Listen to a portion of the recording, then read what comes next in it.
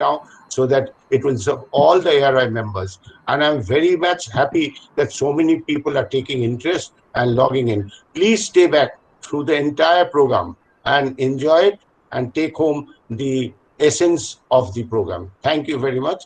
May we start the scientific program. I hand it over to my co-chairperson, Professor Sushmita Ghoshal.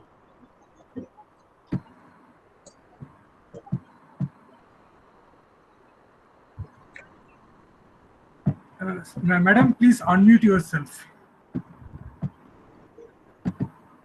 Still not used to this. I thank the organizers for giving me this opportunity to be here. And Dr. Shantanu Pal, I'm sorry to say my knowledge of statistics is almost negligible. I think I will sit and learn as much as any other student here, or maybe a little more because I begin from minus. Anyway, without wasting much time, may I first invite Dr. Jayanto Chakraborty, who is the director of CNCI Kolkata and a very well-known cancer surgeon, and he will talk on why clinicians should know statistics. Dr. Jayanto Chakraborty, please.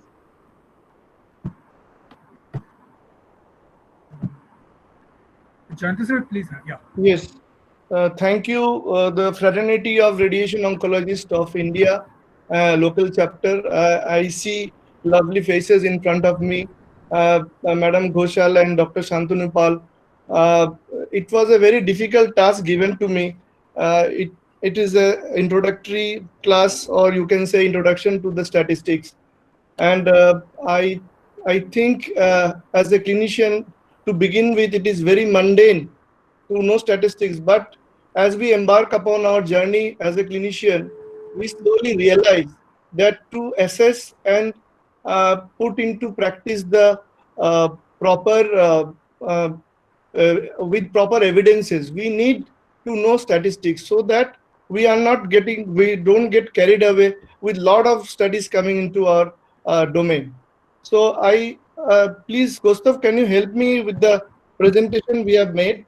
Because yeah, sir, can you share it? Have you got your presentation there in your? Yeah, I have my presentation in the document, but I don't see how to open it up here. Okay, sir. Sir, can you see near the present now option pop up? Yes, yes, present now option is there. So present, click the present now, and you can see your entire screen. Okay, yes. Yes, sir. Please just click it. Okay. So there. No, still nothing. Choose what you would like to share. Okay, your entire screen. So I have shared the entire screen, but how to share the presentation?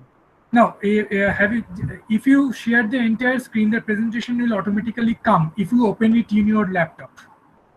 But okay, I have to just wait. Yeah. Gustav, you can do it for him from here. I can do that. If he cannot, sorry, this is the first time we are coming across this thing, so I am really sorry for the inconvenience. Okay, sir. Then I am sharing the presentation.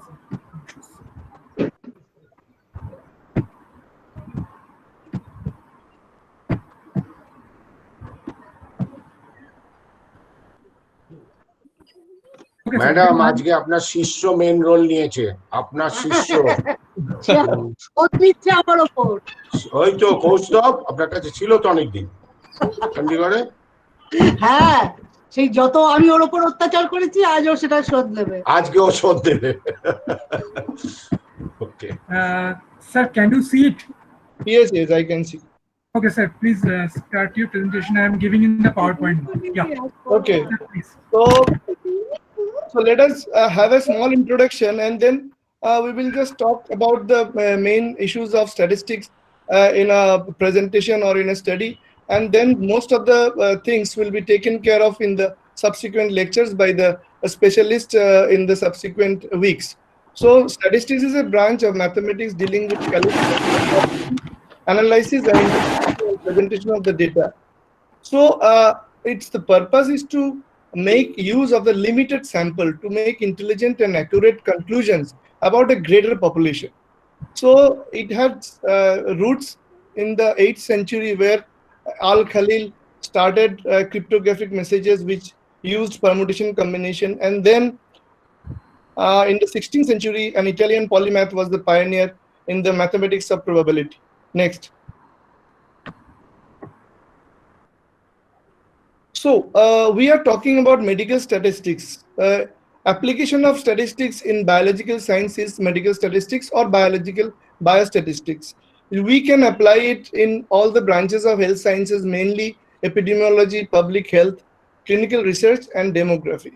It originated by the mortality review, or you can say the mortality which was done in Grant in 1663, where weekly deaths were actually calculated, and from there he extrapolated the main population of London. And then subsequently William Farr, who is considered by many to be the founder of medical statistics, done his work on outbreak of cholera in UK in mid 19th century. Next. So why do we need to know statistics? Now, we human beings, or the plant kingdom or animal kingdom, has variation. It is not a fixed thing. So to define normalcy, normalcy is a range, you can say. To define normalcy, we need to know the normal range. And for that, we need to know the statistics. And to study the correlation or association between two or more attributes. In case of medical science, you can say that to know the effect of a drug, or to know the outcome of any treatment, we need to know the statistics. To locate and measure the extent of the disease in a human being as well as in the population at large, we need to know statistics. To evaluate the efficacy of drugs by the subsequent clinical trials 1, 2, 3, and 4, we need to know statistics. To determine the success or failure of a healthcare program, we may look upon a small issue like breast cancer screening versus prostate cancer screening. In the breast cancer screening, the yearly mammography which was advocated, and it stood the test of time, and we could understand that there is a survival benefit or yearly mammography from 58th year onwards. So there is a success of this program. And the failure is in prostate cancer screening, where PSA was supposed to be screening early detecting prostate cancer, but over the long run it has been shown that it had a lead time bias. So to determine the success or failure, we also apply statistics. What is good for your research? Without statistical presentation, you cannot make it acceptable. Next. So why do we need to learn statistics? So we need to learn statistics because medical science is not a foolproof science. We have inherent variability in the human beings. So we cannot say that this particular drug is acting against individual A, also will be acting well against individual B. To know whether the drug is acting on a vast population, we have to divide this drug, or we have to divide the population into several people who will take this medicine and several people who will not be taking this medicine, and then apply the statistics to see whether there is any statistical difference between the two groups which are observed. So this helps the clinical researcher to draw reasonably accurate inferences despite the uncertain inherent in the biological systems. Next. So again, for space tests, for the diagnostics tests, we know that we should know what are the more specific tests or what are the more sensitive tests. So to know the specificity and sensitivity, we apply statistics.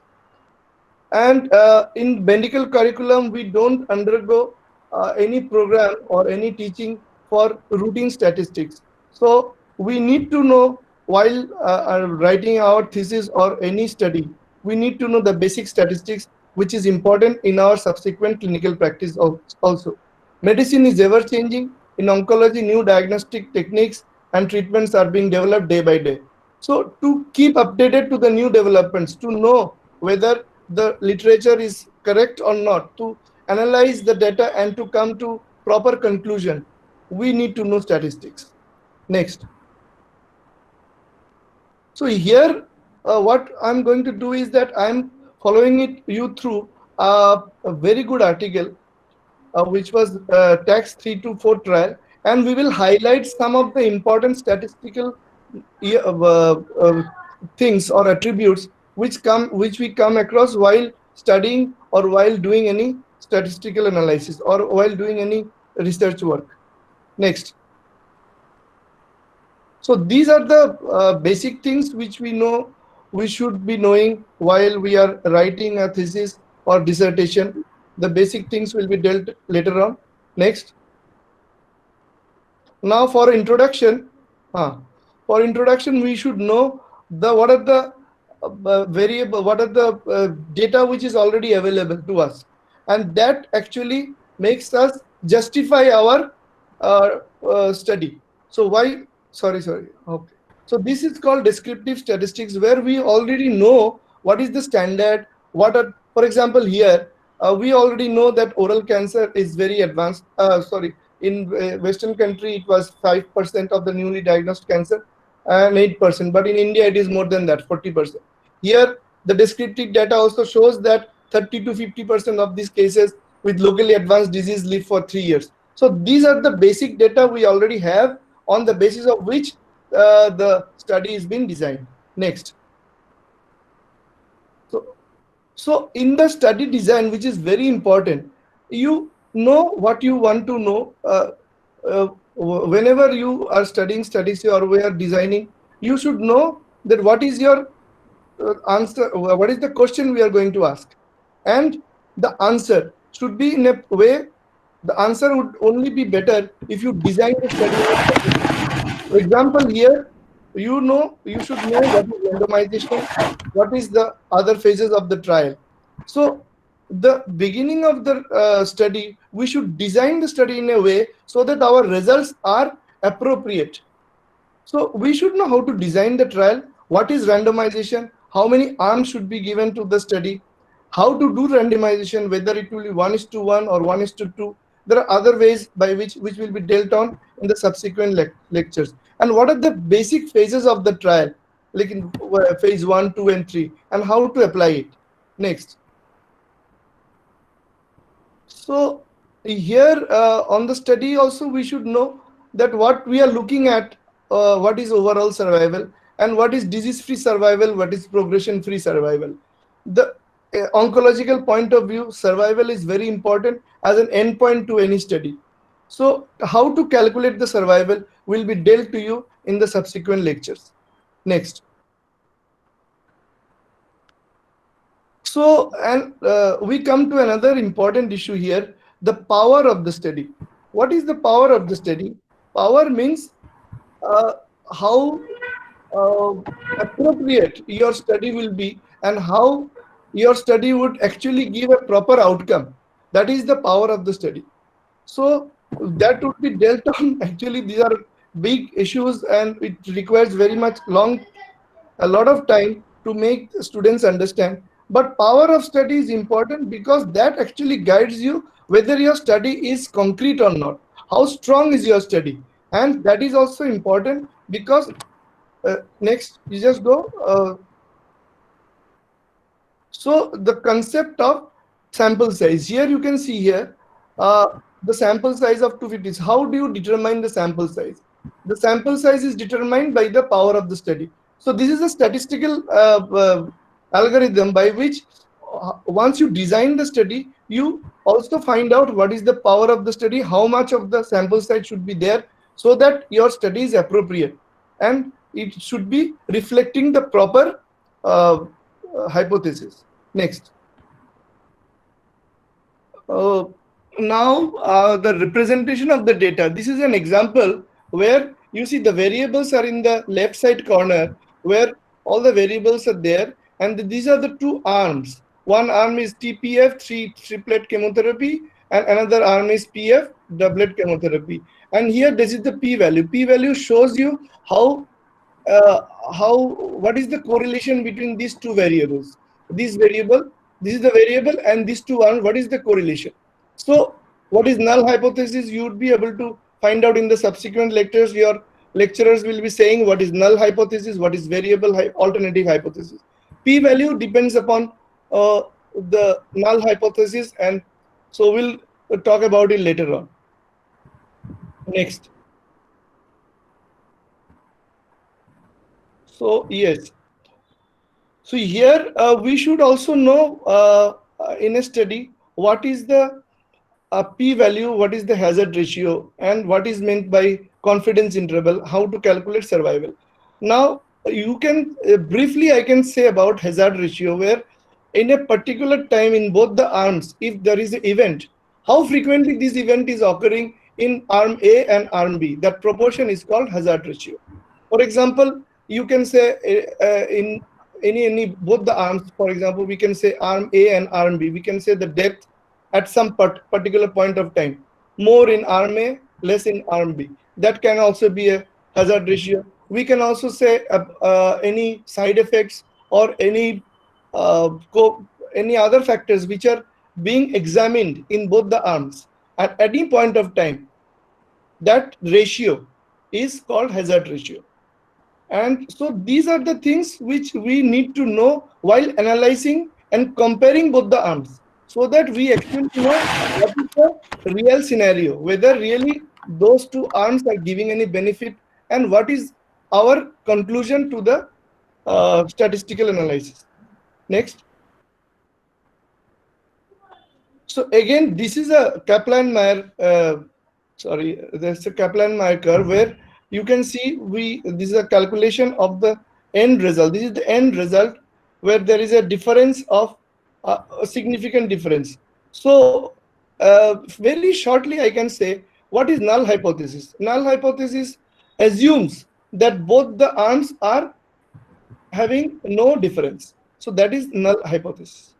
So we assume while doing the study that both the arms are similar in variance and there will be no difference. Once there is a difference, then how significant is the difference is determined by p-value. So the lesser the amount of p-value, the more significant is the difference. For example, here p-value of 0.007 means 0.7%. So in all way, if you can interpret, there are chances that there is a positive correlation in 0.7%. Means that the null hypothesis is no longer applicable here. That means there is a positive correlation between the two arms. So it is a significant result. So it is very difficult for me to understand. It took me 2 days time. I have just read something. So I am sure that whatever I am saying, maybe it won't be so easily acceptable for you. But I'm doing it so that you can understand. So here the p-value is important. Next. But as we all know, statistics only can give us analysis of the data. But to conclude what is the analysis, we need to have sound clinical and scientific knowledge. So statistics has several limitations. The conclusions refers to groups and not individuals. So it only summarizes but not interpret the data. Statistics can be misused because if you selectively present a portion of your study and do not present the whole statistics, then the conclusion can be variable.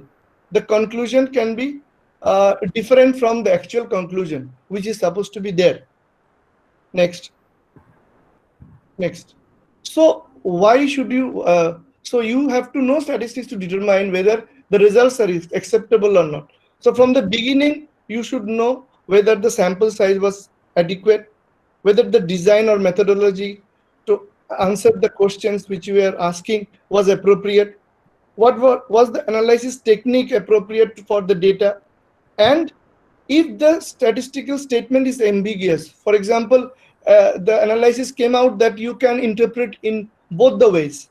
So that interpretation you should know how to interpret in more than one way, whether it is possible that the result can be this A, and it also be possible that the result can be B.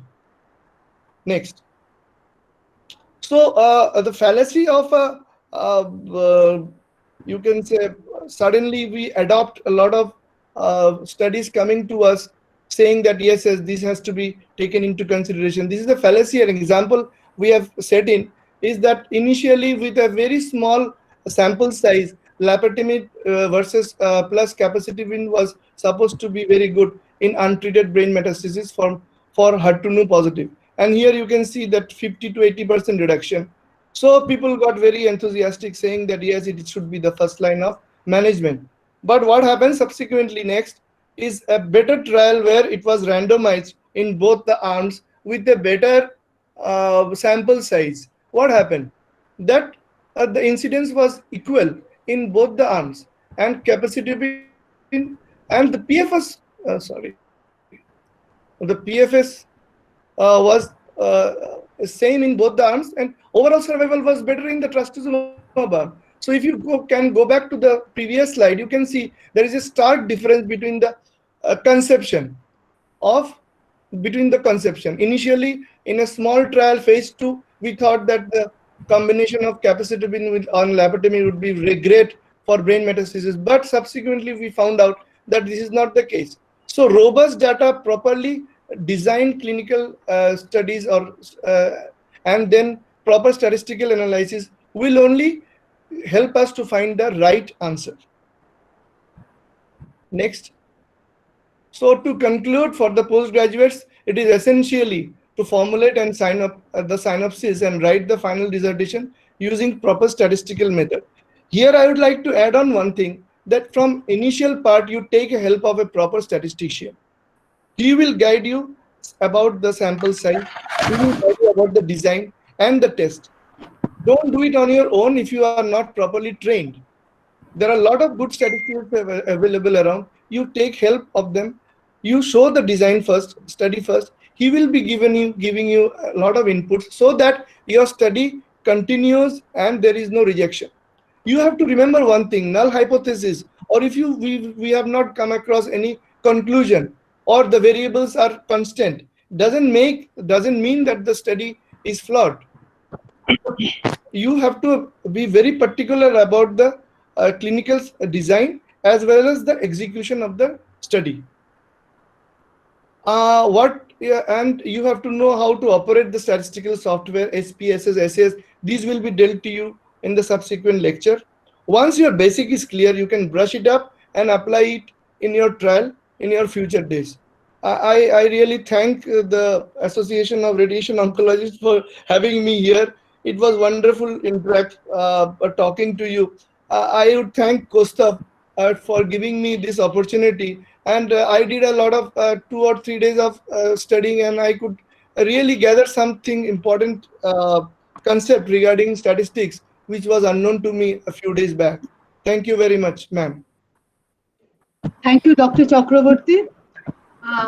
We have no doubt whatsoever that in order to publish our thesis, to get through our MD exam, and also to make sense of the plethora of information that we have in today's world, Google just coughs up so many studies and trials going on, and people will try to hoodwink us into believing that whatever they are doing is the best. So it is important that all of us, we actually know what statistics and what kind of stories are being told to us. And to elaborate on that, may I now invite Dr. Anupam Datta, who will talk about types of data and their significance in clinical trial. Dr. Datta, please. Thank you, madam. Am I audible? Yes. Yeah. Thank you so much. Once again, thanks a lot to AROI West Bengal chapter and Dr. Kaustav for thinking that I am fit for this particular discussion. And I would also like to thank Dr. Chakraborty for making my life a little bit easier, for giving a first-hand knowledge of what exactly we are going to discuss in the subsequent presentations and lectures. Now, the topic I have been assigned is types of statistical data and their significance in clinical trials. Now, before we start off, I would like to put this disclaimer to everyone listening. See, statistics for us practitioners is nothing but an Achilles heel. So the more we try and correlate them with examples, the better we understand them. So kindly listen to the examples that I will be telling. I have not jotted most of the examples in this PowerPoint. So it's very pertinent that you listen to the examples that I am putting in from time to time, because most books, most PowerPoints, they will be telling that, they will be discussing about certain drugs, 5-Sostigmin or something else, other subjects. So I have tried to make it pertinent to our topic so that it becomes easier to extrapolate. So to start it off, what exactly is data? Now, data is nothing but qualitative or quantitative attribute of a variable or a set of variables. So this is very important to understand that whatever information we have, that is a variable. That may be a qualitative and that may be a quantitative attribute, that is called as data. And why do we really need to present data?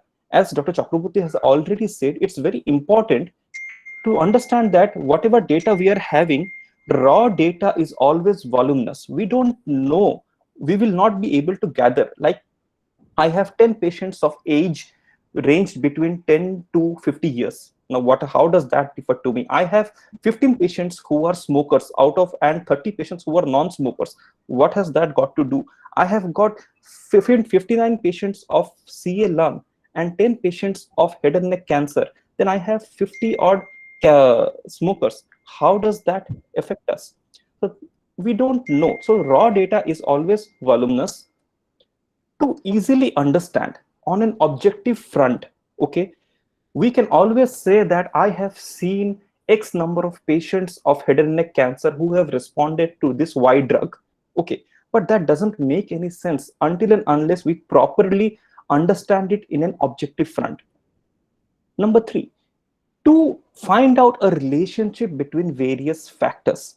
Smoker with occurrence of head and neck cancer, is there any relationship? A smoker with an adenocarcinoma lung, is there any relationship?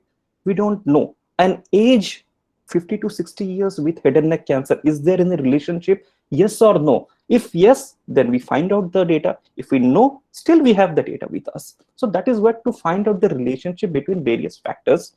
Lastly, to communicate your information to others, publish. We get everything and we write it in a piece of paper and we show it to others. So whatever clinical data I finally end up in my clinical trial, if Dr. X sees that, Dr. Y will be equally able to communicate or understand or comprehend as Dr. X. So it becomes completely objective. This is why we need to present data.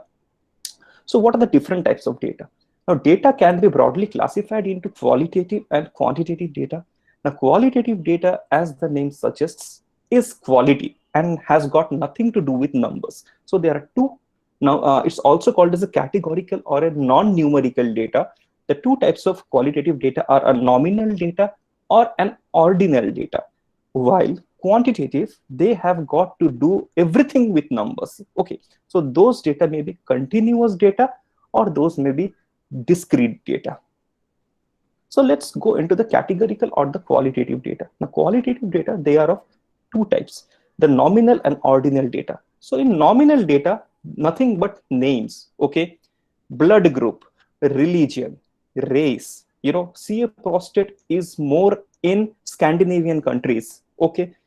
CA cervix is more in Indian countries. So an Indian or a Scandinavian or a Caucasian, there will be no difference between them, okay, in terms of any meaningful order. So there are no meaningful order between the categories. A blood group O positive is, few days back we heard, they are resistant to COVID-19. So where did that come from? So how is blood group O positive better than a blood group O negative? So is there any meaningful order between O positive and O negative? No. So there is no meaningful order. Then we come to the subcategory of a nominal, which is the binomial or dichotomous data. Dichotomous data may be either a male or a female, smoker or a non-smoker, yes or a no. There cannot be 1.5 yes, or there cannot be 2.6 non-smoker. Nothing like that. If it's yes, it's yes. If it's no, it's no. Then we come to the ordinal scale. In ordinal scale, in nominal scale, we had the order did not matter, but in ordinal scale, the order matters. There is a definite ranking or placement. Okay, so stages of cancer: stage 1, stage 2, stage 3, and stage 4. Performance status: ECOG 1, 2, 3, or 4. Toxicity: CTCAE 1, mild, moderate, severe. Or if we do a study where I ask the residents, how much are you satisfied in radiation oncology? Extremely satisfied, very satisfied, less satisfied, and not satisfied. Okay, so that is where we can correlate the particular ranks and orders. So here the order matters, but there is no difference. We cannot find out any numerical difference between them, right? As for example, a severe toxicity minus a moderate toxicity can never be equal to a moderate toxicity minus mild toxicity. I hope I got it clear. Okay, we cannot set out a difference between the numerical difference, where we cannot say that, you know, a CTCAE is toxicity 3 after receiving docetaxel and CTCAE toxicity 2 after receiving docetaxel. That difference will be equal to a 2 minus 1 toxicity. That cannot happen. That is absurd. Okay, here in down I have given, you know, the change in the photographic breast appearance. I have given the UK fast forward trial, which says that after 2 years, as per the photograph, and 5 years, with the fractional schedules, what is the change in the breast? No change, mild change, and marked change. So no, mild, marked, they are examples of ordinal data. Okay, we go to the quantitative data. Now quantitative is continuous or it may be discrete. Now, continuous data are numerical data which can have any value, okay, like age, like weight, like height, while a discrete data, they will only be integer values. Okay, say for example, number of hospitalizations. Okay, I give dose dense chemotherapy to a particular trial, and my secondary endpoint is number of hospitalizations. Okay, I cannot have 3.6 hospitalizations. Either it has to be 3 or it has to be 4. So it has to be discrete data. And number of pregnancies, the classical example given across all PowerPoints. Now, these are the types of data, and there is a scale of measurement. Okay, nominal scale, I have told nominal data, nominal scale, ordinal data, ordinal scale. Next, we have an interval scale or a ratio scale. Now, I will read them side by side. An interval scale, the order matters. So ratio scale as well, the order matters. What differs is there is no true 0 as a starting point in interval scale, but there is a 0 to be as a starting point in a ratio scale. So the differences can be measured in both the scales, but excluding ratios in interval scale. Simple example is temperature. 30 degree Fahrenheit, 60 degree Fahrenheit, 90 degree Fahrenheit. But a 0 degree Fahrenheit doesn't necessarily mean there is absence of heat. When we talk about Kelvin, Kelvin comes in ratio scale. This is very important to understand. So Fahrenheit, Celsius, they are all interval scale. Okay. Just to sum it up, we say that if we say the scales of measurement, and if you see in nominal, ordinal, interval, and ratio scale, all are labeled. There is no meaningful order in nominal scale.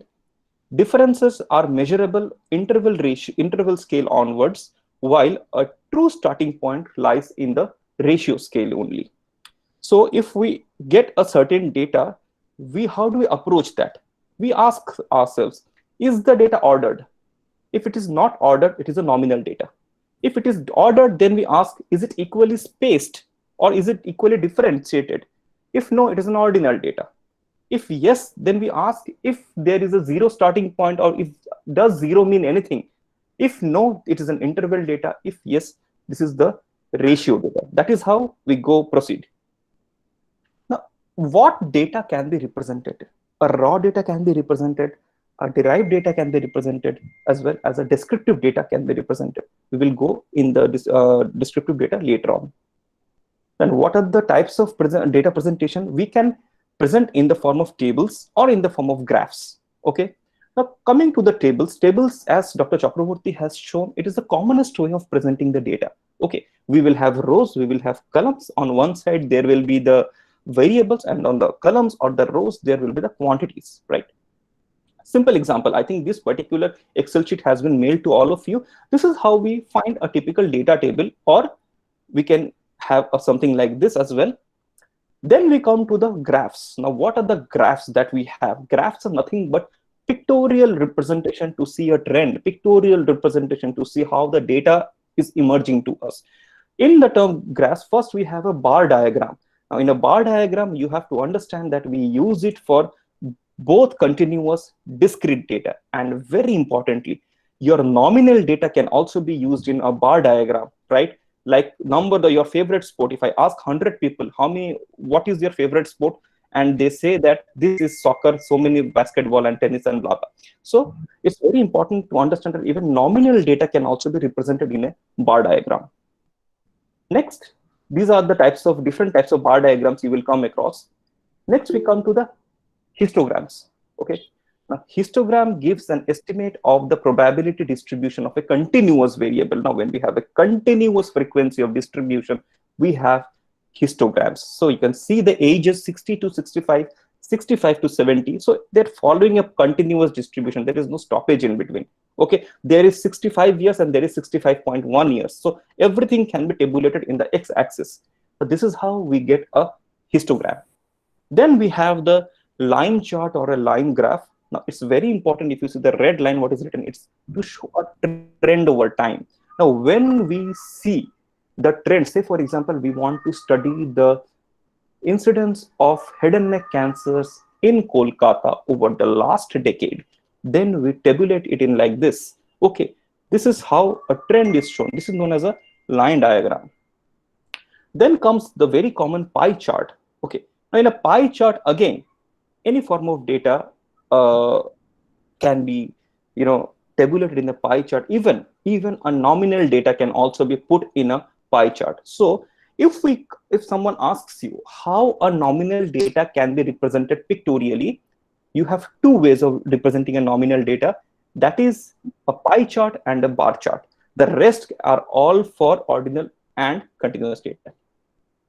Scatter plot. Now scatter plot is specifically for discrete type of data, where we see the scattering or a clustering of cases when we do our epidemiological studies. Even with COVID also, we had scatter plots. If you were found the ICMR sites, you will see lots and lots of scatter plots. Box and whisker plot, extremely, extremely important. Most of the publications will come up with this particular plot known as the box and whisker plot. There is a box, this black one is the box, and this is the whisker. The lines are the whiskers pertaining to mustache.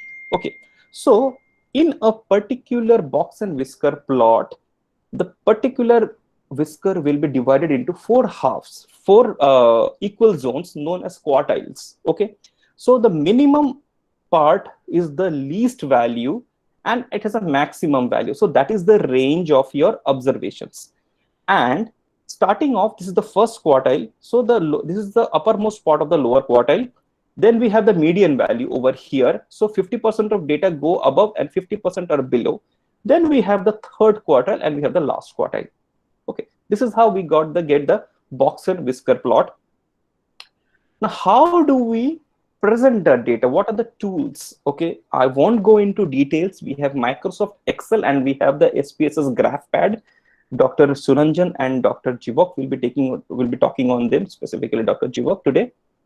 Now the data analysis. Now so far what we have talked is about data compilation. Okay, compiling the data and then representing the data. Okay, the data was represented in the form of, say, bar diagrams, histograms, box and whisker plots, but we haven't analyzed the data as yet. So analytical studies are of 2 types: descriptive study and inferential statistics study or inferential statistics. Now descriptive statistics are nothing but measures of central tendency and measures of spread. Now, what is a central tendency? Now, central tendency means how much are the values are clustered around the mean value, the central value. Central tendency of the values to remain around the mean value. So we have three central tendencies: mean, which means average; median, which means the mid value; and mode, which is the maximum observations. While the modes of spread are how much these data are dispersed or spread from the mean. Okay, those are the measures of spread, and we have in them the range, the quartile, we have already spoken about it, standard deviation and standard error of mean. So the measures of central tendency, say, for example, I have a clinical trial in which these are the ages of the patients I have enrolled. There are 10 patients aging. These are random numbers I have given. So the mean will be 55.7. I have already said mean is average. So we add all this and we divide it by 10. It becomes 55.7. So an example is mean is age, which is the mean here, is 55.7. Next comes the median. Now median, for calculating the median, what the first thing we need to do is we have to arrange them either from lower to higher or higher to lower, ascending or descending order of the values, and find out the central values. Now I have purposefully taken a 10 number of observations so that it is easier to understand when you have odd number of observations. So for an even number of observations, since there are 10 observations, so 5th and 6th, so 4 here, 4 here, 5th and 6th, I will have to take an average of these two. So 53 plus 57 equal to 110. I divide it by 2 and it becomes 55. So this is a median. Now, we always, in our trials, we always talk about our progression-free survival, overall survival in terms of median. Now, you might ask me, like, why do we really need to take a mid value when we have an average value? Now, this is where the difference between mathematics and statistics is. Statistics is nothing but realistic mathematics. Okay, if we have in our trial a progression-free survival of an overall survival, say we have 100 patients, of whom 80 patients having a survival between 14 to 15 months, while 20 patients have a survival between 6 to 7 months. When we will be drawing an average, you will see that the average value is a lot skewed because of the lower values. Here comes the importance of median, where we will have a median value, a middle value, of which 50% will be on one left hand side, on the higher side, and 50% will be on the lower side. So that particular part is the realistic aspect of a clinical trial. So we cannot draw an average on that. Lastly, the mode. Now, mode is maximum number of frequencies the particular data has, and here it is 53. So 53 is the mode. Remember, of mean, median, mode, only mode can be used for nominal data. It's a very important question. You need to understand that. Only mode can be used for a nominal data. So then we have the distribution of data. What are the types of distribution of data? We have the normal or the Gaussian distribution. We have the Gaussian distribution, and we have the binomial distribution. I will only talk about the normal ones. And the normal distribution, we will have the mean, median, and the standard deviation. In standard deviation, this is very important. I will not go into the deeper parts of how do we calculate standard deviation and all. We need to understand why do we need a standard deviation, right? So in a standard deviation, where you have all the data with you, the mean value will be calculated first, right? So this X is the mean value, and of mean, the higher values will go to the right hand side and the lower values go to the left hand side. So we have a 68, 95, 99 rule in standard deviation. So when we have data which are within one standard deviation, then we say that the chances of those data to be around the mean value is 68%. When we have data within 2 standard deviations, we say that from the mean, the chances of that particular data is 95%. And similarly, 99.7 for 3 standard deviations.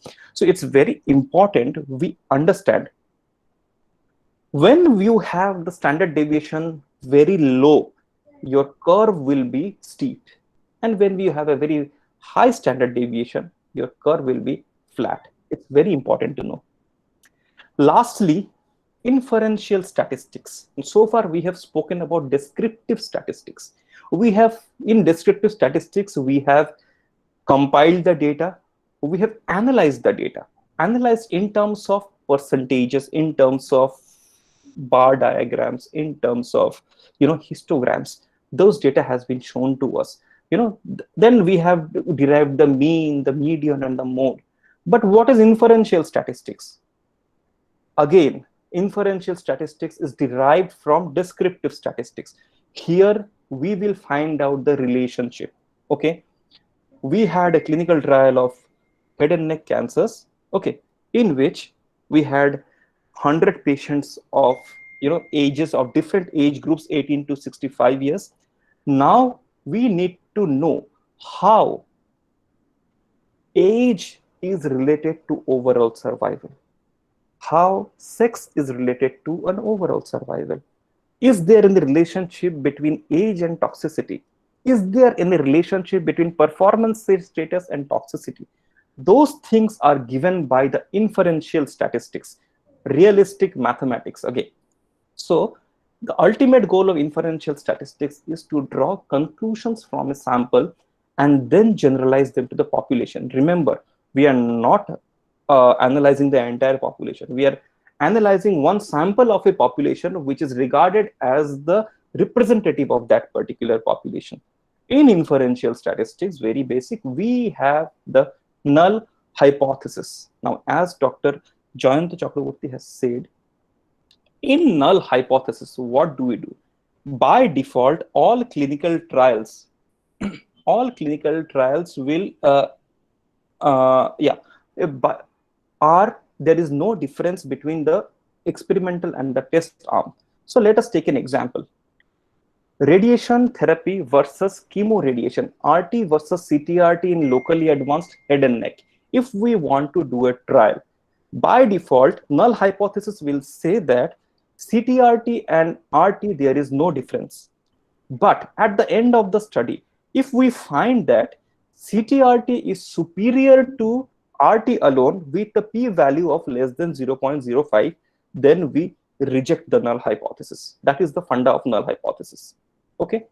So once the null hypothesis is rejected, we establish a difference between the two groups, a superiority or an inferiority, whatever. But during doing that, sometimes we might have lots of errors.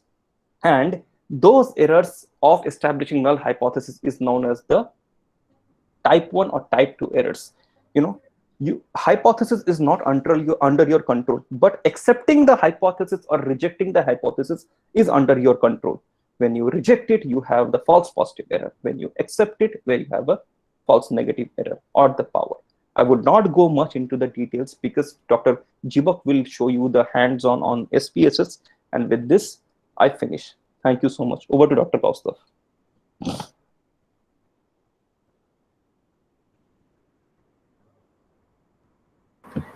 Thank you, Anupam, for a brief presentation. Now I request Professor Dr. Sushmita Ghoshal to... I think now we come to the end of the last presentation, but I'm sure this is going to be the most interesting one. So may I invite Dr. Jibak Bhattacharya and Dr. Suranjan Moitra to actually give us a demonstration and expression of data in that Microsoft Access and Excel, SPSS, etc. Thank you, madam. Thank you very much. Dr. Suranjan is unfortunately could not be present today due to some personal accident. So I will be doing the demonstration purpose. So first of all, I would like to thank the RYWB for giving me the opportunity to present a practical class of SPSS and Excel and statistical calculations. And thanks to Dr. Chakraborty and Dr. Anupam for making my job easy by discussing all the concept for the practical part. So first of all, I don't have any presentation. Sorry to So interrupt. Sorry. Hello. hello. Yeah, sorry to interrupt you. Yeah. There are few questions are there. If you have any question, write them in the chat box. We'll discuss it after the presentation. And Dr. Anupam Datta, please stay with us till the Dr. Jivak's presentation. Yeah, I'm there. Don't worry. Okay. So I hope all of you have received the Excel sheet data, and if some of you also installed the SPSS software. So I've given the data sheet so that you can do it along with the presentation also. If you we will go very slow so that you can do it, and if you have any problem, you can ask in the chat box, or if necessary, you can unmute yourself and write it down. Now, the thing is that, first of all, why we need to do some practical statistics also. So my opinion is that the practical experience needs that you can generate a good concept about statistics if you do the practical work, basically how to enter the data and how to do the tests. So before doing any statistical test, you need to know the concept of doing the test, so that you have to go through it, and it will increase the knowledge of statistics. And when you are going through testing from some area, you will come to know there are multiple areas which you need to follow before going into a particular test, especially some assumptions are there. I will come to that later. So before doing any test, not because just because a test is done for a particular scenario, but you have to go through a lot of assumptions before doing a particular test. And lastly, I think I find it very exciting when you do analysis of your own data, because you can see what the p-value is coming, how the data is getting changed into something meaningful. So with that, I'd like to share the Excel sheet first.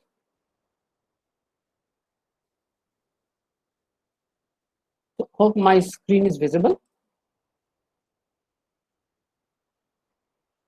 Yes, it is visible. Okay.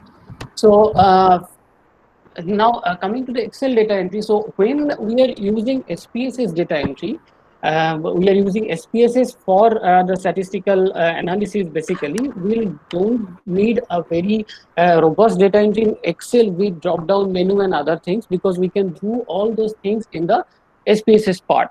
And so, but for the initial purpose, Excel is a very good software to get the data entry, because the most important part of SPSS is that the way you enter the data in SPSS, because you have to know what test you are going to do, what kind of analysis you are going to do beforehand, before entering the data to the SPSS. So it's often difficult to enter the data in the SPSS from the initial collection phase of the data, because you need to manipulate the data entry in the SPSS before actual analysis.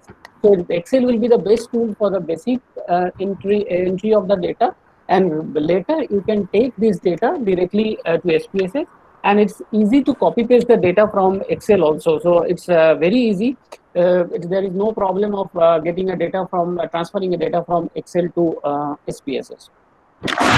Now, coming to the basic Excel sheet, thanks to our PGT, Dr. Chandrasekhar and Dr. Indira, they have collected the data for this particular statistics session. They have collected weights of almost 40 patients from our wards. It was collected a few days back, and also the age and sex. And some data are actually hypothetical for used for the purpose of the demonstration only. So if you see the Excel sheet, in the first line, I have entered the basic variables which will be putting. You can see, and you can use the patient ID over here. Now the age in years we can enter over here in a column. Then for sex and sex, I have written for male M, for female F. Now I'll come to the sex level and PS level later. Then we have a performance status, which is I kept it as PS231 because if you keep it as 231, it will be difficult to see. So that's why it's nothing. You can use 231, but I've kept it PS231. And then we have put the weight in kgs. Now, just at a repetition of Dr. Anupam's lecture, that the age here is a continuous data. Okay, because it can be from 0 to anything, and it is in the ratio scale, because 0 means absolute 0. So there is something called absolute 0 in the age scale. Okay, so this is a continuous data. Now, if we have sex, it is basically a nominal data, because there is male or female. It is called a dichotomous or binomial data, where a person can either be male or female or any other, but there is no rank in it. So male, female, or equal, you don't have any rank between male or female. Then you come to the performance status, which is again a ordinal data, because from the performance status, PS1 is better than PS2, is better than PS3. So this is an ordinal but rank data, but you don't know any particular, you cannot do a particular mathematical subtraction of PS3 minus PS2, and it is not equal to PS2 minus PS1. So they are ranked, so they are called the ordinal data. And weight again is a nominal continuous data, right? So according to this, now we'll go to the SPSS software to see how we can enter the data. I have kept the data to this particular description only, because we'll not go beyond descriptive statistics today. With time, we'll go there. So we will be discussing on the descriptive part only. So if you have any question, please write down in the chat box. We'll be answering it. So now I come to the SPSS software. So just give me a moment. So I'm using version 20 here. So version 20, the current running SPSS software is 26, is 20, 26, anything, 20 to 26, anything, there is no problem. So I'll be entering it as a de novo sheet basically. So if you open the Excel SPSS sheet, you will see there, go to the corner, you can see there are two views. One is known as the data view, one is known as the variable view. So unlike Excel, where you are putting the number one row, you are using the labeling. But for SPSS, we'll be keeping the one as the patient number one. Okay, and there is separate place for putting the variables. You don't have to create in the main chart. Okay, so for entering a data in the SPSS, the first thing you need to do is to go to the variable view, where you will prepare the chart for variable data entry. Okay, so first what we have here, we have patient ID, right? So you put here the name of the variable. So this is the description of the variable. Description of the variable, its type, how you enter it. So that will help later analysis. So first you put the name. A particular thing about the name category is that, so this is the variable one, patient ID. Remember, I have used an underscore over here. So you cannot use a space in the name category. You cannot use a space in the name category. So if let's see, if I want to use a space, it will give me an error. The variable name contains an illegal character. So what you have to give, you have to give an underscore for any description. Now coming to the type of data, will go as a numeric data. You can use it at anything. You can use string or other according to the type. Patient ID actually does not matter, so I'm not going to change it.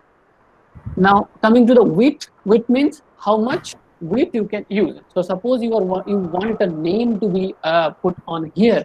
So if the name is having a 17 characters, so you have to put the number of character over here.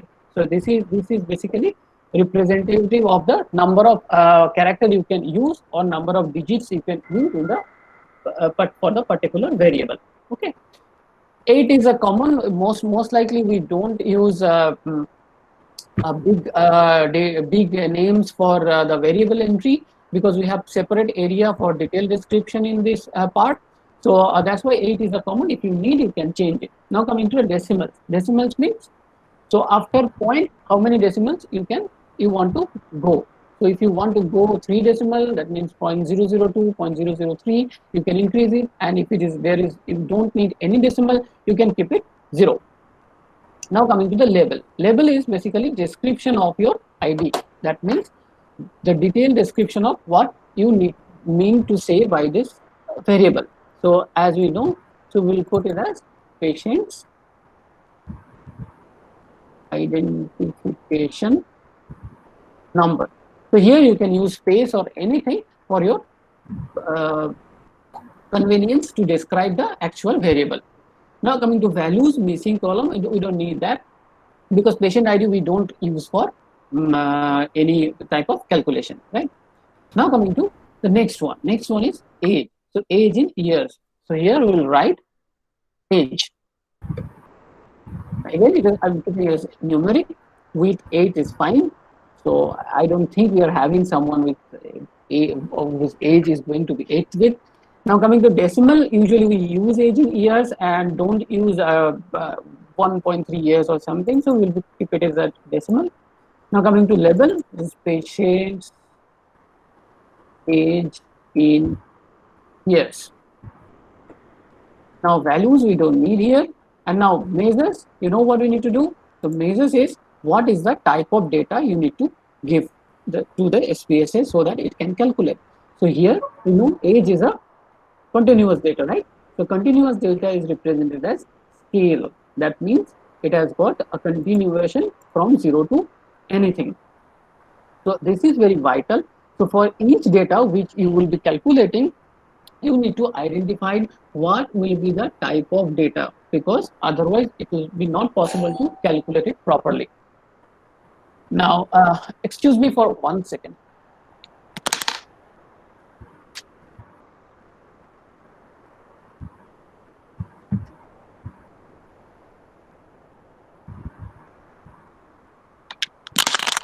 Sorry.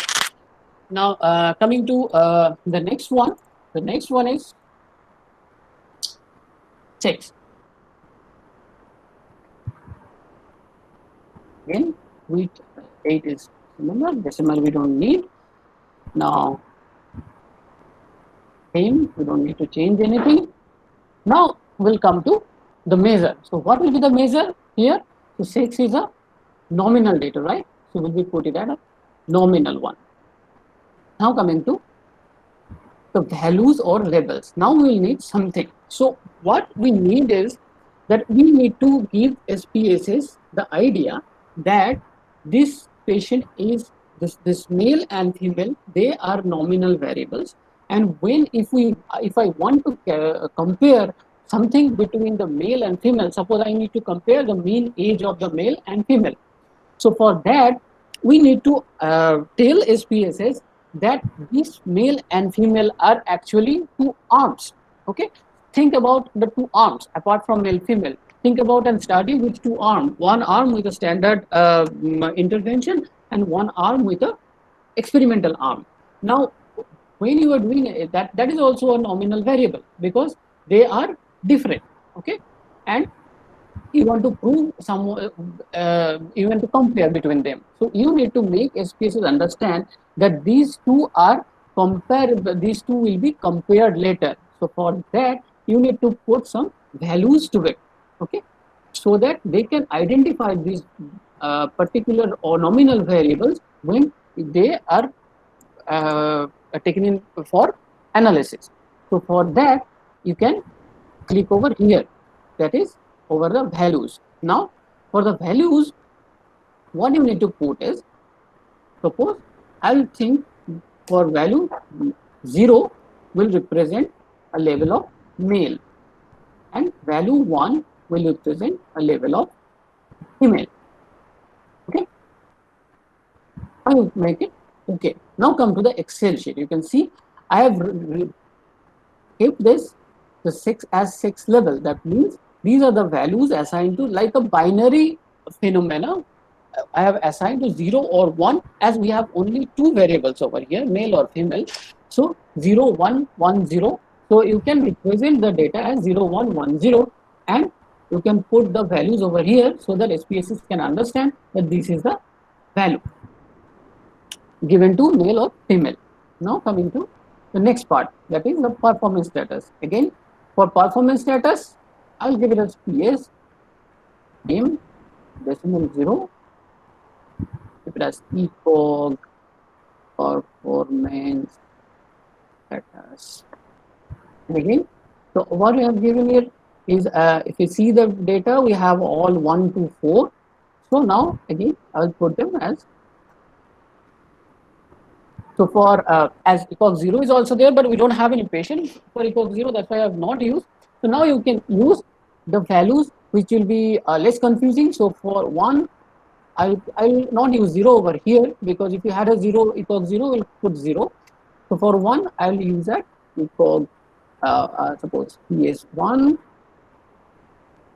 For 2, I'll use PS2.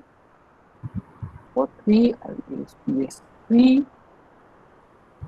4, I'll use PS4. Okay. Again, I have put some value, and you need to change the measure to nominal. Change the measure to ordinal, because this is an ordinal scale. However, you can put it nominal also. It does not make much difference for SPSS. The most important is to put the scale in the scale and the other variables in nominal or ordinal fashion. Okay. Last we have weight. So weight is again a scale variable. That means a continuous variable. Let's put it weight. Now here we have decimals. You see. So we'll go till 1 decimal. We'll accept the in kg. You don't have to put any value for it, and then it is again here. Hope I'm clear till that. If you have any question, please write in the chat box, because after this we'll go to the next part.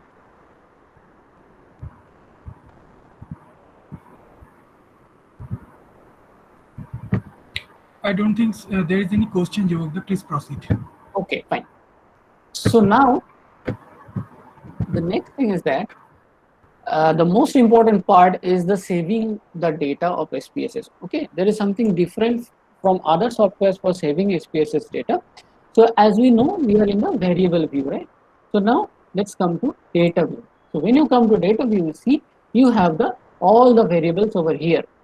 Okay, whatever you have entered, the variables are here, and you don't see the details, but the details are actually hidden.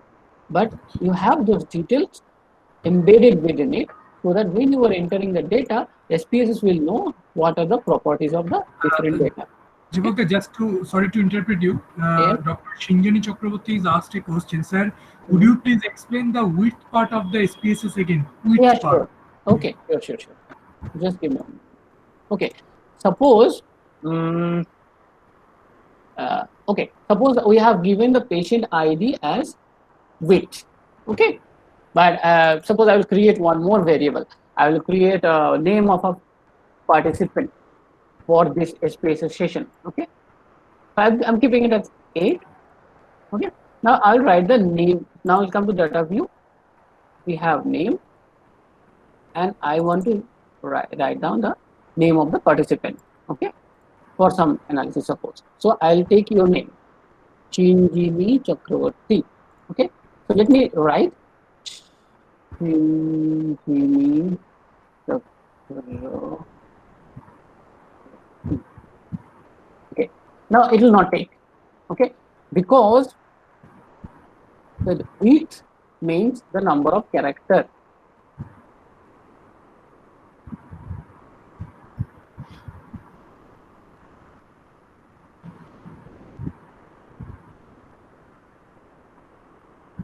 Here is also, it changes to character. Okay,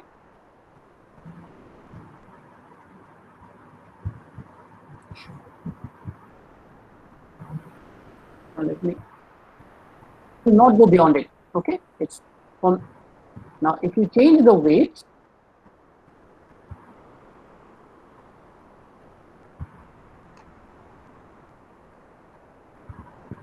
now you can take it.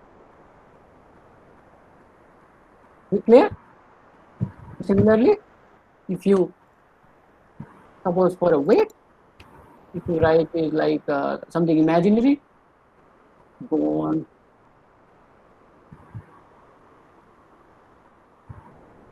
Okay. So this is the width.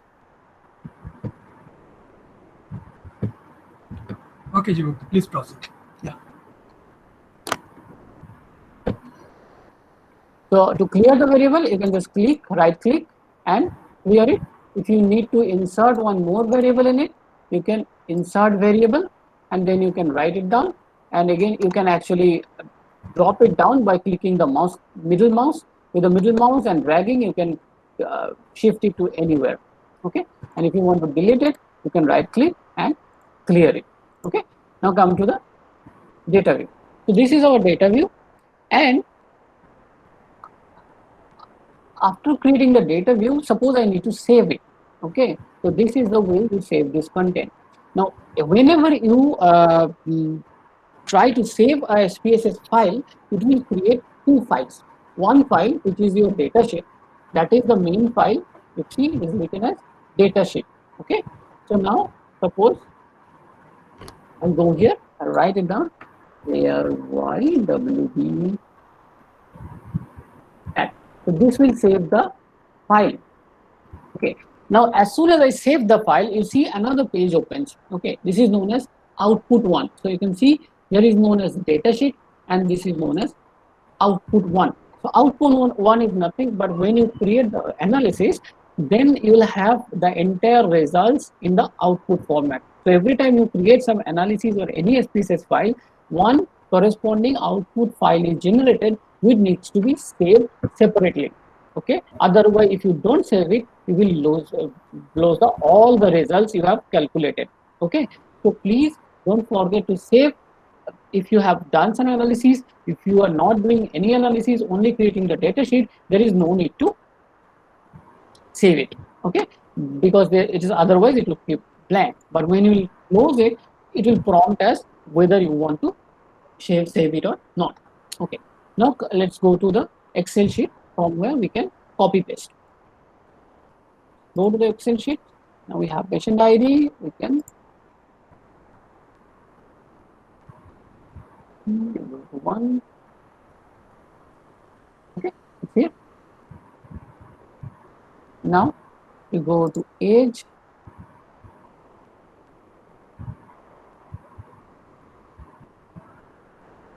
This one here. Now for sex, I will put the sex level because I don't need this one. I have already given the information to SPSS to use it like this. See, I have put only this one 0101, and it has taken as male female as per the coding. Now, if you don't have have an Excel sheet and you want to create a de novo SPSS sheet, what you can do is once you enter the values over here, it will come as a drop down menu. So you can select it as drop down menu. Okay, and if you don't, another option is that, which is the easiest option I've found, is that you need to remember the codes you have used. So it is easy for male and female. So suppose this patient is a male, I can just put 0, enter, it is male. I can put 1, enter, it will go to the next slide, it will be female. And if you put 2, it will not come anything because 2 is not coded. Okay, so this is the way, easiest way to code it.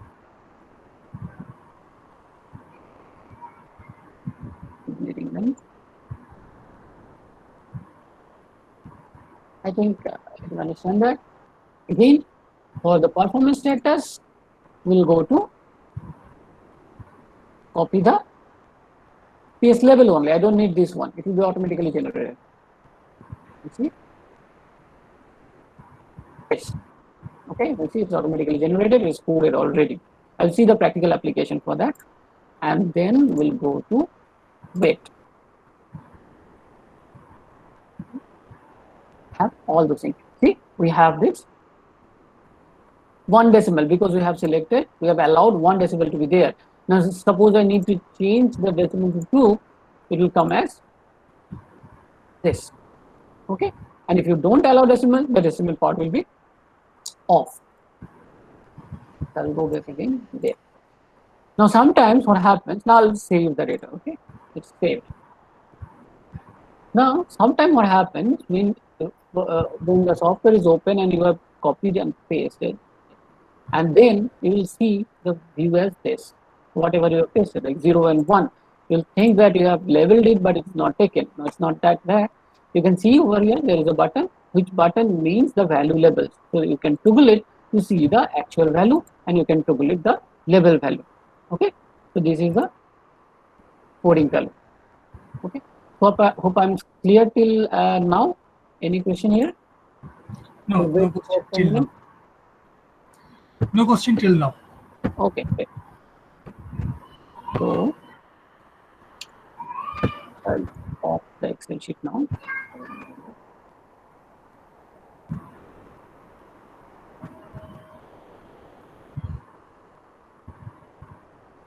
Now we are in the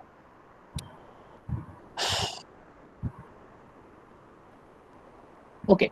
Now, as Dr. Anupam has already told us about the descriptive statistics, and the first thing we see in any article is that there is some description of the patient population, right, or the sample size. That means what is the mean age or median age, what is the standard deviation, and what are the distribution of sex or performance status of all the patient population.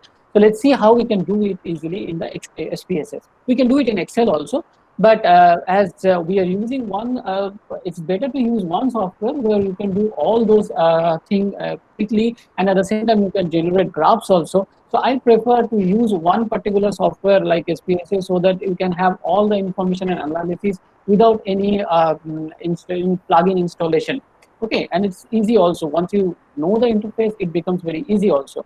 So let's see, we'll think about the descriptive statistics for age. So for age, as you know, so age is a continuous data, right? So as Anupam has already told us that for the continuous data, we can have central tendencies like mean, median, and mode. So let's see, before going to what should we use for age, we will go for how to see the type of data, right? How to see the central tendencies. So where you go to analyze. You can see the analyze here in the menu. Go to analyze, you go to descriptive statistics. Very easy, you can see the name, descriptive statistics. Even if nobody tells you how to go, if you go to analyze, you will see descriptive statistics. Now, all the central tendency and other things comes under frequency or frequency distribution. Remember the histogram Dr. Anupam has showed? So it is a frequency distribution. So central tendency is the frequency. Now you go into patient's age in years and you select it. You can see this button over here.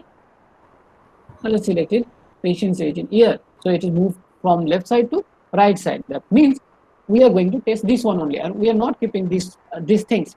Okay, so by this, when you are having a huge number of variables over here, you can particularly select. Remember why you have used these symbols in the type of data. Now, when you are having around 20-30 numbers of variable, it is very difficult to identify all of them and read all of them. Now, you know, you have to go for the mean, median, modes, and the central tendencies for most of the continuous data, and you can just see where the scale icon is there. So wherever you have a scale icon, you can actually use for the central tendencies, right? And I'm not taking this. This was just it is actually nominal one, so I will not take this one. Now coming to the statistics. To go to the statistics, okay, here you see there is everywhere they have boxes. Okay, you see there is a percentile value. We'll come to it later. We'll go for the central tendency now only. So you see we have mean, median, mode, all of them. So let's go mean, median, mode. Also we'll need to see standard deviation, minimum, maximum. Variance we don't use much, but you know the variance is basically the square of standard deviation.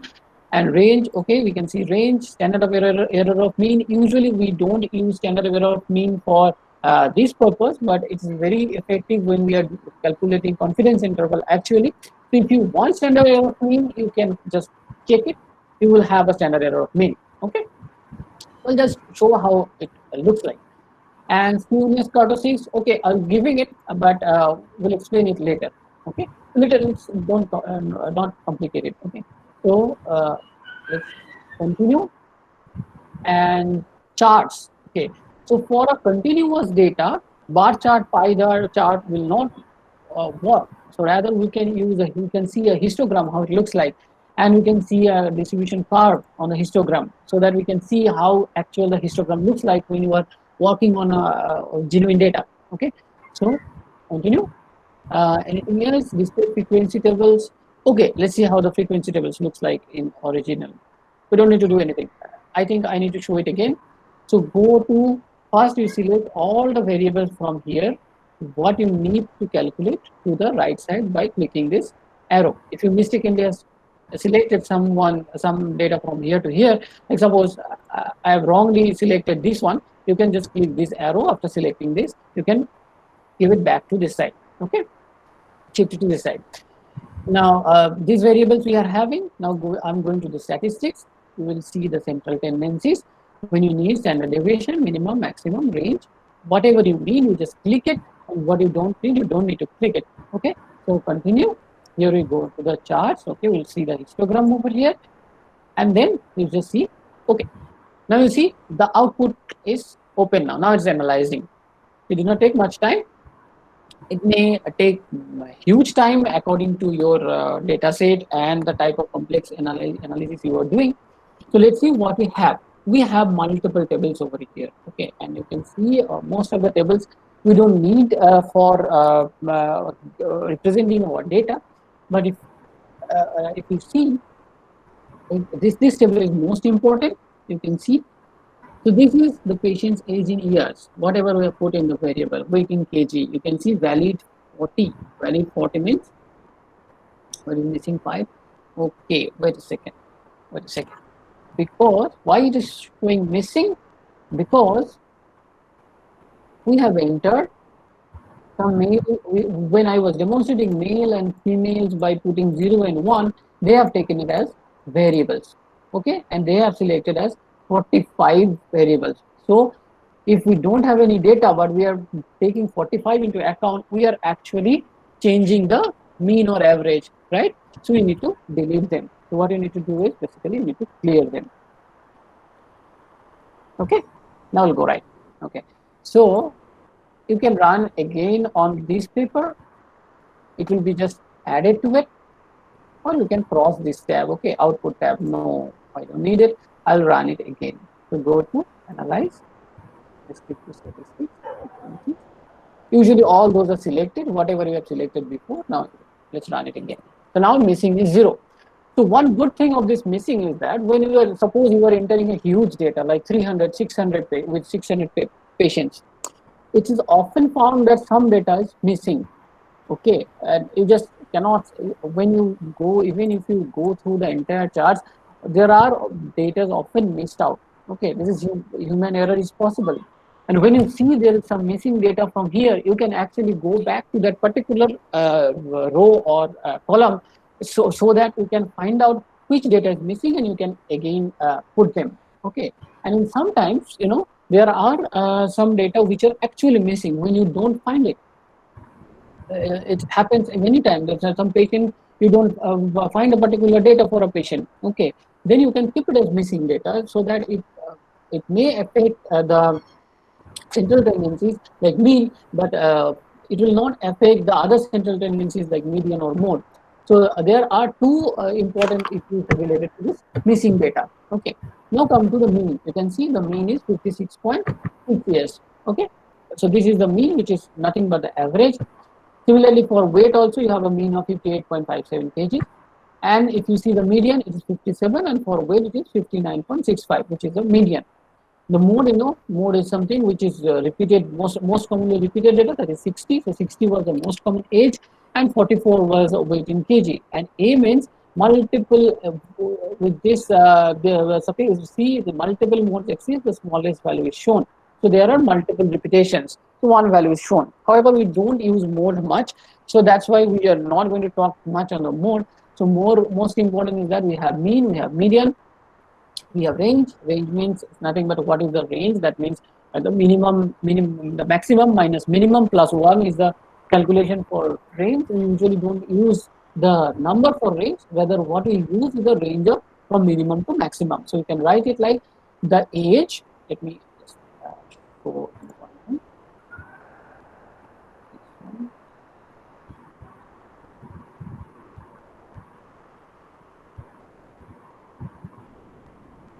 Writing it. Right. So you see, this is from one data, one separate data. You can see the range is 23 to 70 years. So the minimum age and the maximum age, and we have the mean age, we have the median age, and now we come to standard deviation. So this is your standard deviation. So it is 8.73. For age, it is 8.73, and for weight, it is 10.5. So this is the standard deviation, right? So this way you can write it down when you are writing some article and writing a table. You can write in two ways. Suppose I am going to create a table. Description. Usually in most of the articles it is written as like this. Suppose this is the parameter, like age, we have mean, P, okay.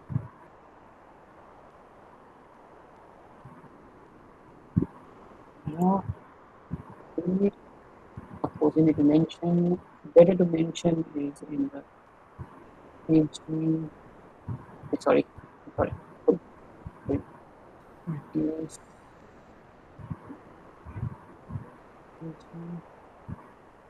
And you can put the name from this chart. You can copy paste also. That's 56.3, 8.57.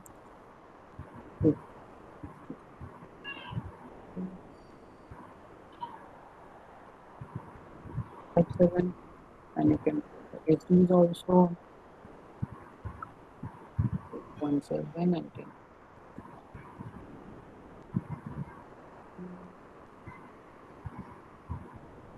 Alternative way of writing this is like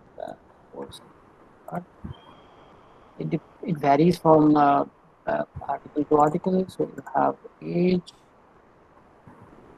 right? You write this in bracket. So write it like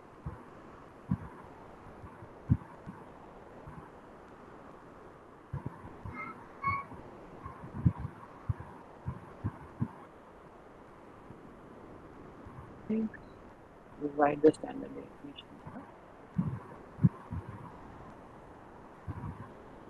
This is another mode of presentation. Now, I'll come to median later. We have to do something with median also. Okay. So, so this is about me. Currently, this is called a frequency table. Basically, before generating the mean, what SPSS does is SPSS arranges the data according to the chronologically from the age from one to another. So it basically breaks the data into small pockets so that it can find frequency of each data, so that it can generate the histogram. Okay. Similarly, you have frequency tables for weight and age. We don't need frequency tables here. Basically for continuous data, at least for the purpose of presenting in an article, but it is commonly generated in SPSS, and I will show its practical implication later. And now come to the histogram, what Dr. Anupam was showing. So see, this is our own data, and we can see the histogram. So you can see the bell-shaped curve we talked about. This is the histogram. So nothing but the data is beamed into different according to its frequencies, and they are plotted here, and they are continuous because they are they're in a continuous fashion. So the bar diagrams are joined with each other, and when you are doing it in this way, and if you can interpolate all this data, you will find a smooth curve which is used for looking into the distribution. And I'll come to about the distribution in the last part. So this is our weight in kg. So apparently you can see this is your distribution, right? apparently you can see you have a smooth bell-shaped curve with more or less symmetrical in nature. So I will show you practical example in later classes. So if you see this curve is like this, you can see it is skewed to one side, or like this, it is known as skewness. And the peak of the curve, so the curve could be like this, or curve could be like this. So this peak is known as kurtosis. Okay, so I'll come to that later when we'll talk about distributions. So this is about the central tendency. Now let's come to another important central tendency and the representation of data, that is called as median. Okay, so suppose in age, we don't usually see the mean ages. It's better to use, we can use median ages, and especially when the data is not normally distributed, we use non-parametric parameters like median to represent the central tendency. And as Dr. Anupam has already told you, that when you are having an extreme data in the data set, which is extreme to the comparative to the other data, median is a better representative of central tendency than mean. So it is a better representative. So often we need median rather than mean when we present data. So how to calculate the median? So I'm not going to change this sheet anything. So whatever analysis I will do, it will be added to the same page. Okay, so you can go on adding all the data, and you can save it as PDF or save it as a different file or export. I'll come to that later.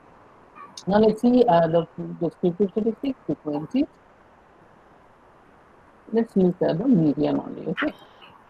Median. I don't need standard deviation, because when we use median, we usually use interquartile range rather than standard deviation. Okay.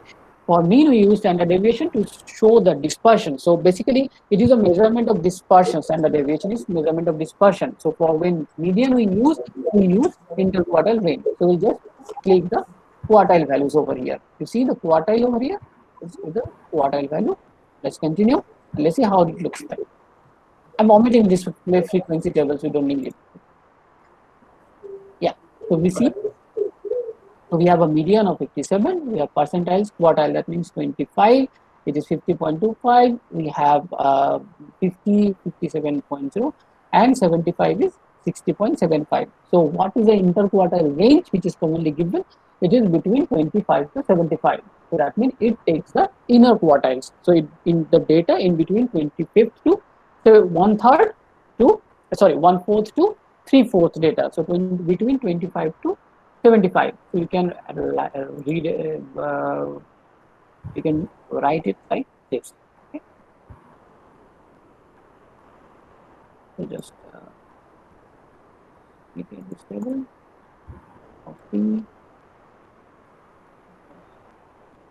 Use, instead of mean, I'll use median, and I'll use interquartile range, or in short, use IQR.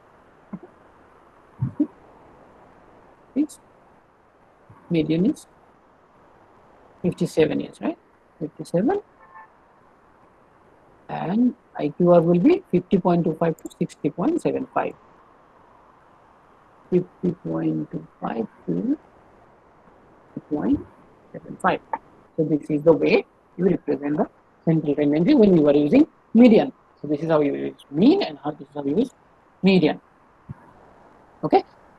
Now we have almost talked all about the central tendency. Now we have left with a separate group of frequencies. So when you have a nominal or ordinal data, how will you represent the frequencies? So what do you think? We'll represent it as percentage values, right? So how many males are there? How many females are there? How many persons are having PS2? How many are PS1? So always we'll like to see how it looks like in the figure of percentages, so that we can, rather than seeing the absolute value, we'll look at the percentages. Now, again, you go to analyze descriptive statistics, frequencies, same. But now we are not going to use the same statistics. We will use it. Okay. Oh. We don't need these things anymore. Take out this one. Charts. Yeah, you can use pie charts now. You can use bar charts. So you can only select one chart. I will come to chart in Excel basically. I personally don't like SPSS charts, though you can use pie chart. You can select whether to use frequencies or percentage.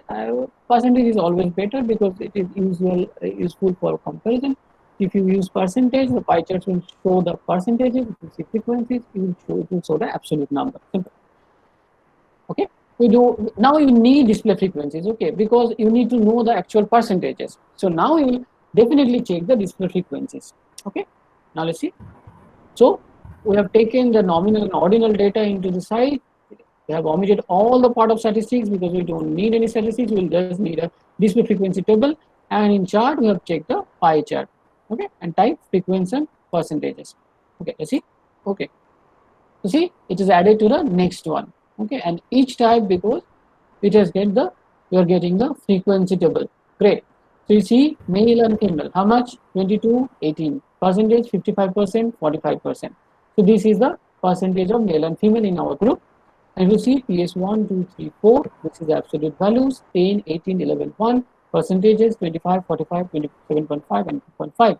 If you have any missing data, it will be prompted over here, and the missing value will be also given a percentage. Okay, and then you can go back and just give the fill up the form. And if you are having a missing data, then you have to mention that this much of data was missing because you could not collect the data. Okay, so the pie chart they have generated already. Here we have the pie chart, and we have ECOG performance status pie chart also. And then you come to the word, and you can just mention how many of in another table you can use. For 6, I will give the table number and other things. So 6 distribution. You can see. You can keep them. So there's also 2 methods of writing that. You can just split into 2 groups. Groups. Right.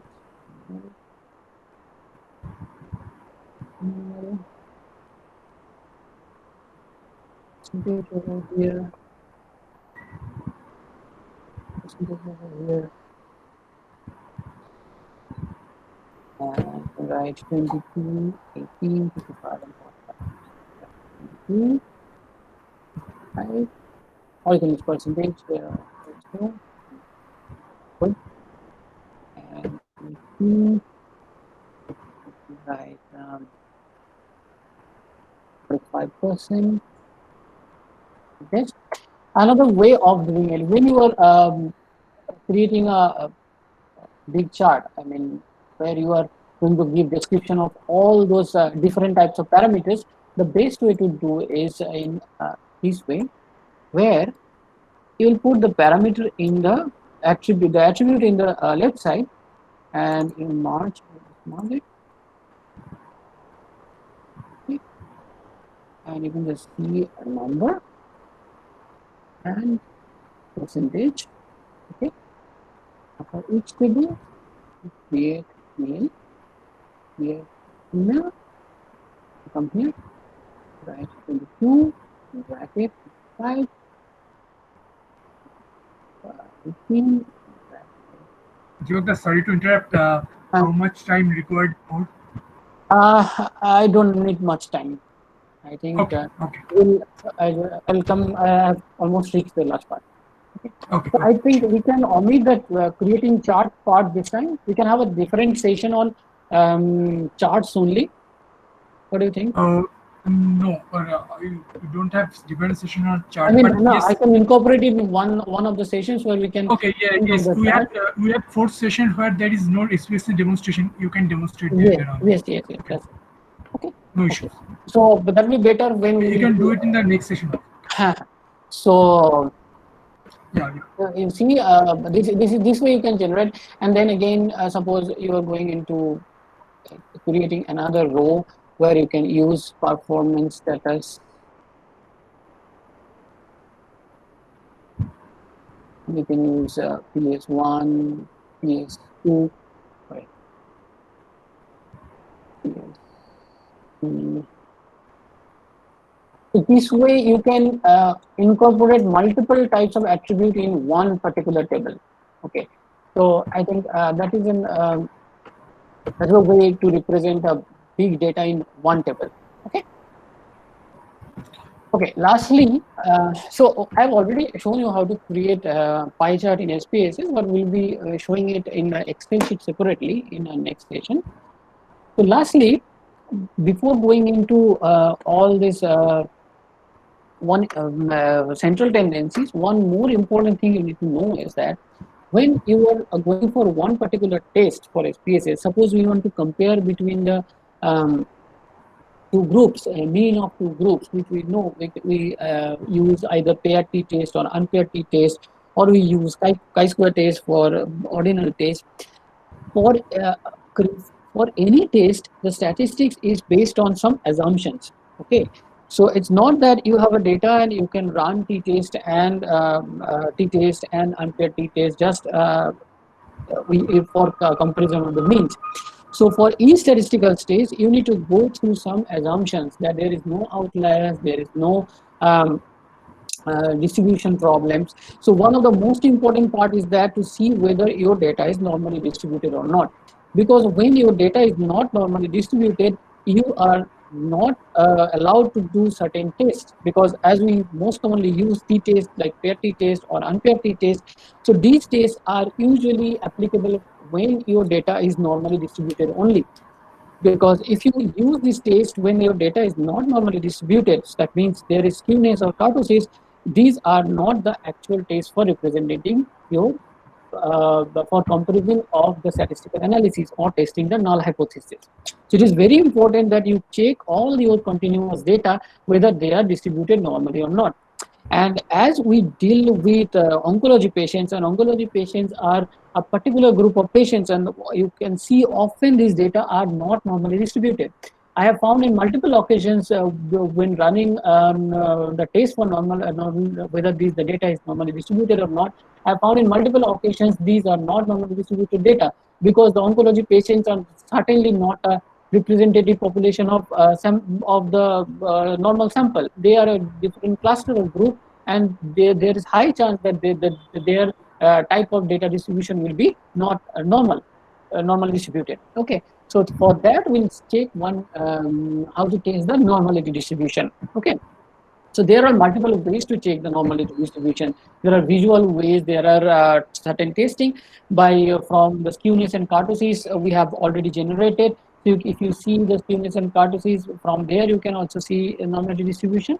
But I will stick to one type of normality distribution. It is known as Shapiro-Wilk test, which is quite often you can use when you have a data more than 30 of a population of more than 30. So let's see. So for that, we'll go to the analyze. Now you go to descriptive statistics, same, okay? But rather than going into frequencies, we'll go to explore. So we are exploring the data. We want to see the type of our data, okay? And now you check the patients, suppose, and you see whether the age was normally distributed or not. So let's see, I'll go to the patient's age. See statistics, see, it's okay, we'll see take 95% in confidence interval. And we'll go to plots. In plots, we'll check same and leaf. We'll check normality plots with test. See, this is important. Normality plots with test. It will test the data for normality. Continue. Options, you know, to do anything. And for display, you see statistics and plot both. Okay. Let's see whether our data was normally distributed or not.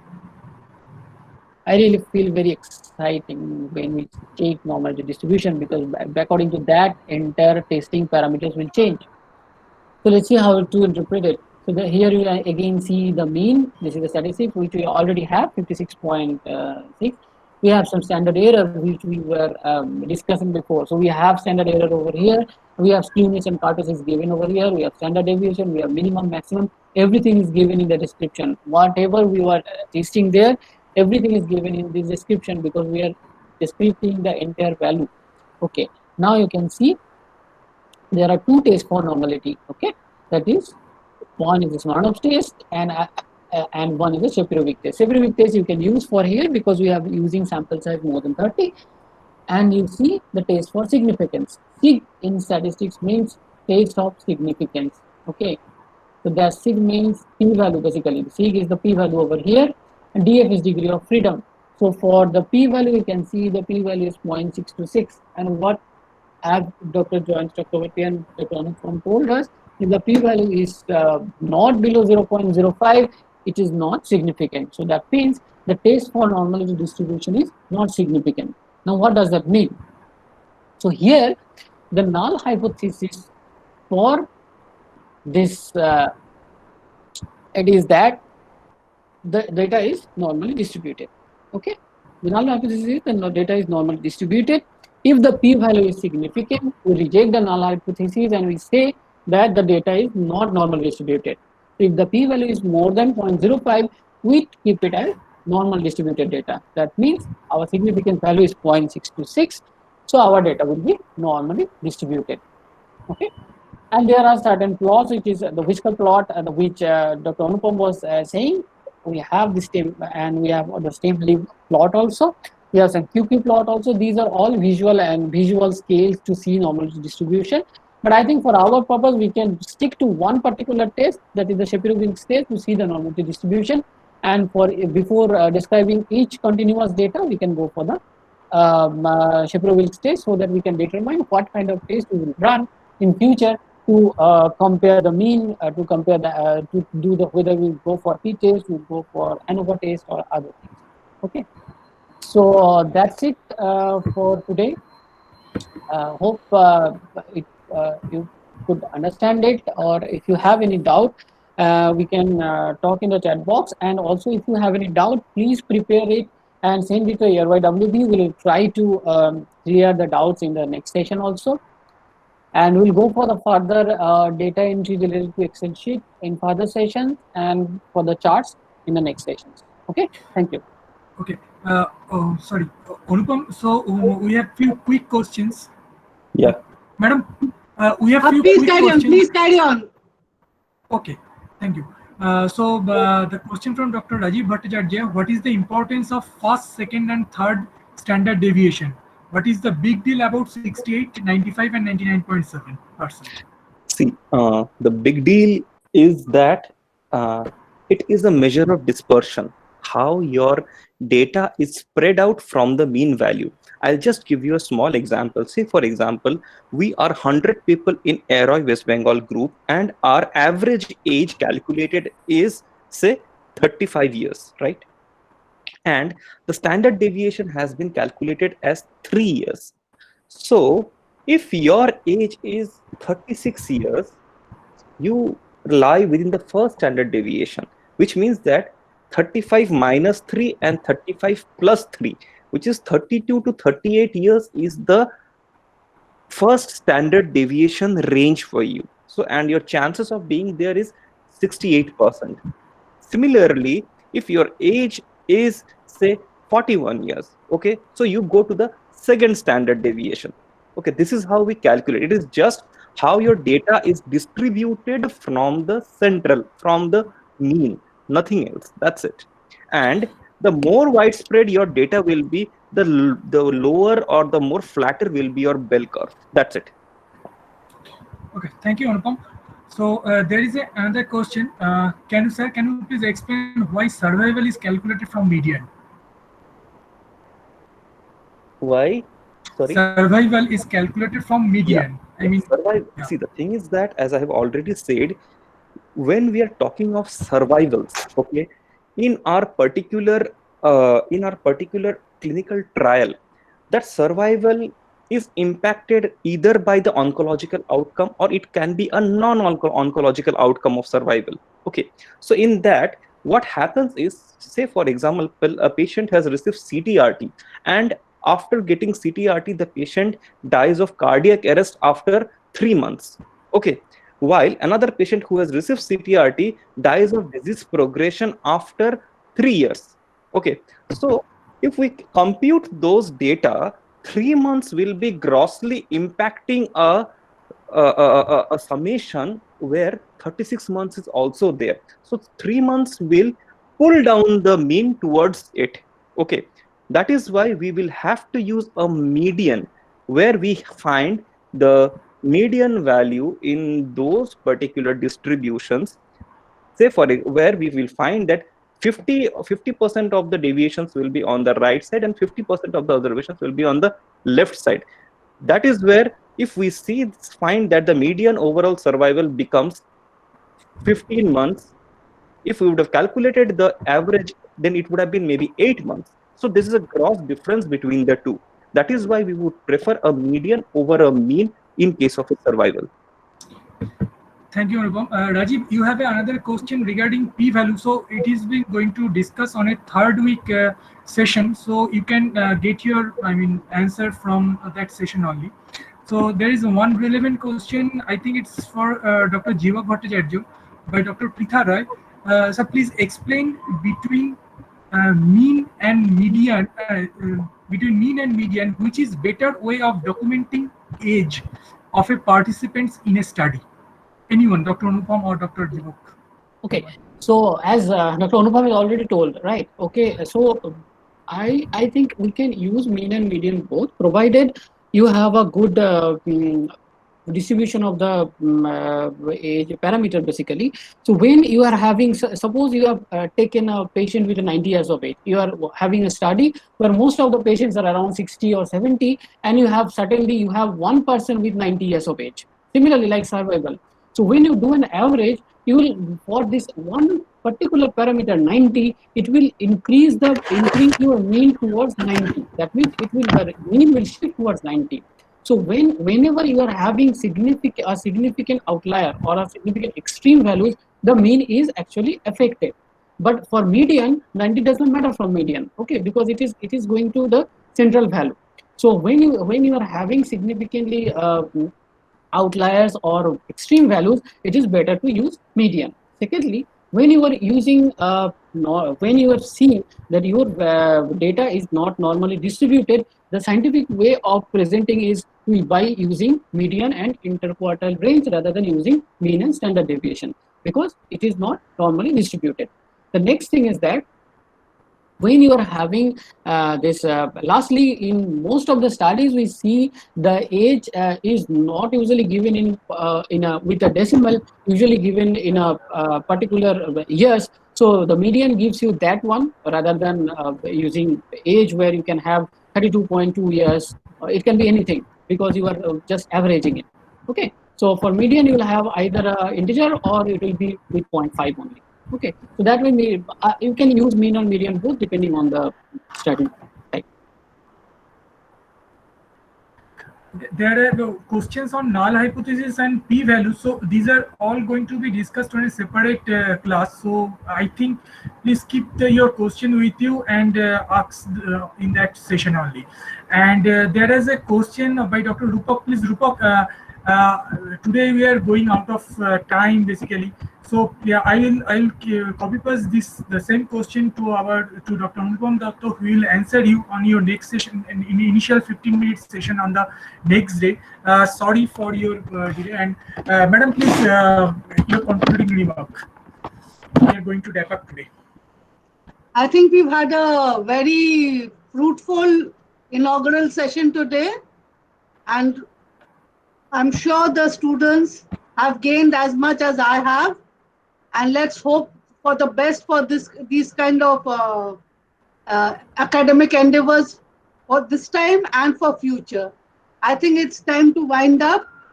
So thank you all of you once again for giving me this opportunity, and I wish you all the best in your future endeavors. Thank you.